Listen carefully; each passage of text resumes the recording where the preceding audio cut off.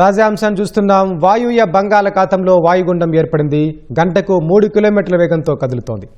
దీనికి సంబంధించిన మరింత సమాచారం మా ప్రతినిధి ఆదిత్య పవన్ అడిగి తెలుసుకుందాం. ఆదిత్య పవన్, చెప్పండి, వాయుగుండం ప్రభావం రాష్ట్రంపై ఎలా ఉండబోతోంది? వాతావరణ నిపుణులు ఏమంటున్నారు? వాయువ్య బంగాళాఖాతంలో వాయుగుండం ఏర్పడింది. ఇది పశ్చిమ బెంగాల్ కి ఉత్తర ఒరిస్సా సమీపంలో ఈ వాయుగుండం ఉంది. ఈ వాయుగుండం వాయువ్య దిశలో కదులుతోంది. గడిచినటువంటి 6 గంటల్లో పరిశీలించినట్టయితే గంటకు 3 కిలోమీటర్ల వేగంతో ఈ వాయుగుండం కదులుతోంది. ఇది ప్రస్తుతం ఒడిశా తీరం బాలాసోర్ కి తూర్పు ఆగ్నేయంగా 120 కిలోమీటర్లు, పశ్చిమ బెంగాల్లోని డిగాకు దక్షిణంగా 100 కిలోమీటర్ల దూరంలో కేంద్రీకృతమై ఉంది.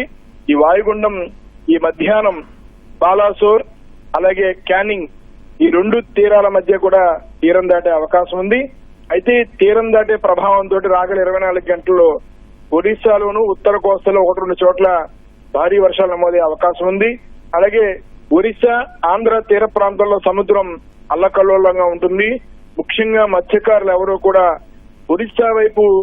ఒరిస్సా తీర ప్రాంతం వైపు వెళ్లకూడదని చాలా స్పష్టం చేస్తున్నారు. వాతావరణ కేంద్ర నిపుణులు కూడా ఇప్పటికే స్పష్టం చేశారు. ఈ ప్రభావం వల్ల కోస్తాంధ్ర తీరం వెంబడి గంటకు 45 నుంచి 55 కిలోమీటర్ల వేగంతో బలమైన ఎదురుగాలు ఉంటాయి. ఒక్కోసారి ఇవి 60 కిలోమీటర్ల వేగంతో కూడా వీచేటువంటి అవకాశం ఉంది. అలాగే వాయుగుండం తీరం దాటిన తర్వాత, సాధారణంగా వాయుగుండం తీరం దాటే వరకు కూడా గాలుల ప్రభావం ఉంటుంది. తీరం దాటిన తర్వాత భూభాగం మీదకి వచ్చిన తర్వాత భారీ వర్షాలు ఇచ్చేటువంటి అవకాశం ఉంది. ఈ ప్రభావం వల్ల తీరం దాటిన తర్వాత, ఈ మధ్యాహ్నం వాయుగుండం తీరం దాటిన తర్వాత అటు ఒరిస్సా ప్రాంతానికి, ఇటు ఉత్తర కోస్తాంధ్రలో చాలా చోట్ల వర్షాలు పడే అవకాశం ఉంది. రాగల 24 గంటలు కూడా ఈ ప్రభావం కనిపించే అవకాశం ఉంది. ప్రస్తుతం వాయుగుండం ఈ మధ్యాహ్నం తీరం దాటే అవకాశం ఉంది. ఆదిత్య పవన్, ఈ ప్రభావం ఎన్ని రోజులు ఉండబోతుంది? ఈ వాయుగుండం ఎన్ని రోజులు ఉండొచ్చు? ప్రస్తుతం వాయుగుండం ఈ రోజు మధ్యాహ్నం తీరం దాటుతుంది. దీని ప్రభావం మరో 24 గంటల పాటు భారీ వర్షాలు ఇచ్చే అవకాశం ఉంది. తదుపరి మరో 24 గంటలు, మొత్తం 48 గంటల పాటు ఈ ప్రభావం కొనసాగుతుంది.